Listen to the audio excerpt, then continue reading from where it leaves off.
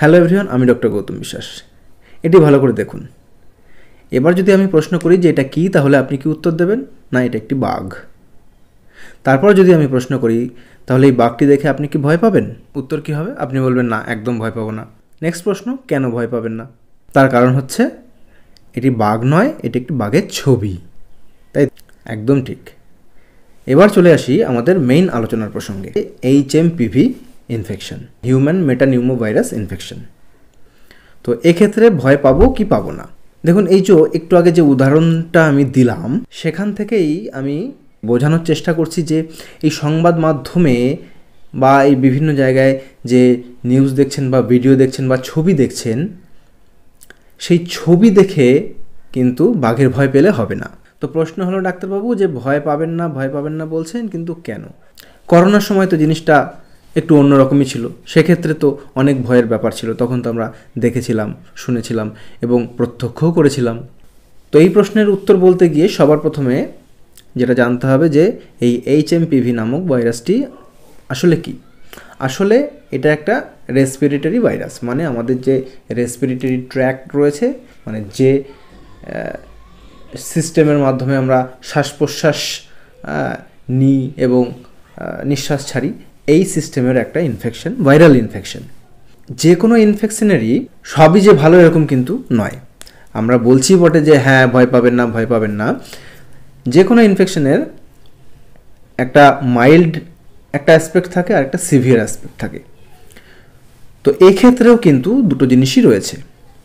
দেখুন, এই যে আমাদের যে শ্বাসনালী, এটাকে আমরা দুটো ভাগে ভাগ করি, একটা আপার রেসপিরেটরি ট্র্যাক্ট আর একটা লোয়ার রেসপিরেটরি ট্র্যাক্ট।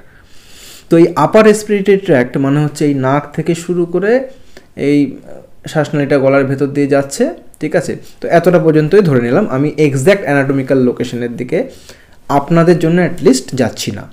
আর লোয়ার রেসপিরেটরি ট্র্যাক্ট কিনা আমাদের ফুসফুস, এবং ফুসফুস থেকে যে আমাদের ব্রঙ্কিওলস, ব্রঙ্কাস বেরিয়ে এলো, ঠিক আছে? তো এই পর্যন্ত মোটামুটি ধরে নিন। তো যদি আপার রেসপিরেটরি ট্র্যাক্টে এই HMPV ভাইরাসের ইনফেকশন হয়, তাহলে কিন্তু সেটা অতটা মারাত্মক বা ভয়াবহ নয়। অন্যদিকে যদি লোয়ার রেসপিরেটরি ট্র্যাক্টের ইনফেকশন হয়, সেক্ষেত্রে কিন্তু এটা একটু ভয়েরই এবং সেটা মারাত্মকও বটে।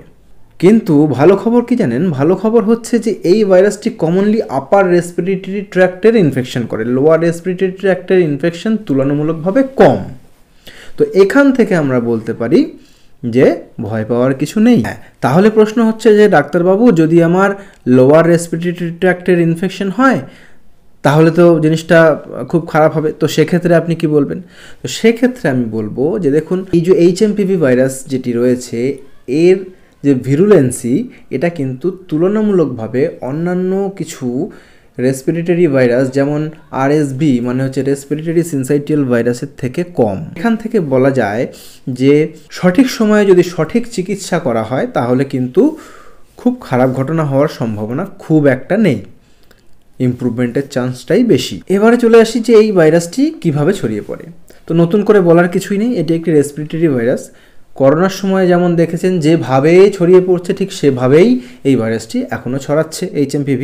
কি সাবধানতা অবলম্বন করবেন? কিচ্ছু না, যেই গয়নাগুলো তুলে রেখেছিলেন করোনা শেষ হওয়ার পরে, আমাদের যে কোভিড প্যান্ডেমিক শেষ হওয়ার পরে যে গয়নাগুলো, যেমন ফ্রিকুয়েন্টলি হাত ধোয়া, তারপর স্যানিটাইজার ইউজ করা, মাস্ক ইউজ করা, যদি আপনার বাড়ির কারোর ইনফেকশন হয়ে থাকে তাহলে তাকে আলাদা ঘরে রাখা, তো এই সাবধানতাটুকু নিলেই হবে, আর এক্সট্রা কিছু করতে হবে না। এগুলো আলমারি থেকে বার করুন আর এই গয়নাগুলো এবার ব্যবহার করা শুরু করুন।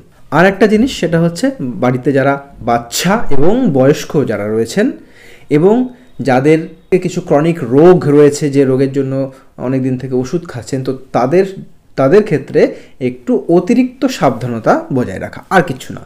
সিম্পল একদম এই জিনিসটুকু করুন, দেখবেন ভালো থাকবেন। সুতরাং বলবো যে বাঘের ছবি দেখে ভয় পাওয়ার কিছু নেই। বাঘ যদি ঘরে আসে তখনই ভয় পাবেন, আদারওয়াইজ ভয় পাওয়ার কিছু নেই। এবং চেষ্টা করুন যে বাঘ যাতে ঘরে না আসে, মানে আপনি বাঘকে যাতে ঘরে না নিয়ে আসেন, অথবা নিজে থেকে বাঘের খপ্পরে যাতে পড়ে না যান। তো এই হচ্ছে HMPV নিয়ে কিছু আমার বলার ছিল, সেটাই বললাম। অ্যাজ ইউজুয়াল টেকনিক্যাল পার্ট, কত সালে প্রথম এলো, কি এলো, কত সালে আবিষ্কার, এসব জেনে আমার মনে হয় না আপনার খুব একটা লাভ হবে। তো যেটুকু আমি বললাম এটুকু জানলেই কিন্তু অনেকটা আপনাদের উপকার হবে। ধন্যবাদ।